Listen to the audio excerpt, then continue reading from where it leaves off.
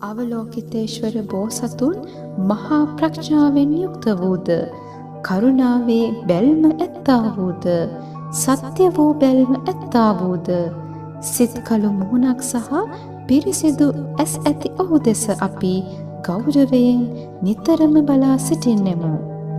ඔහු පිරිසිදු ආලෝකයෙන් අඳුර දුරු කරන්නා වූ සූර්යා නැමැති ප්‍රඥාවෙන්ද වාත වේගයන් හා ගිනිදැල් වලින් සිදුවන අවාසනාවන් දුරු කරමින් සියලු ලෝකයාට දීප්තිය හා ආලෝකය ගෙන දේ.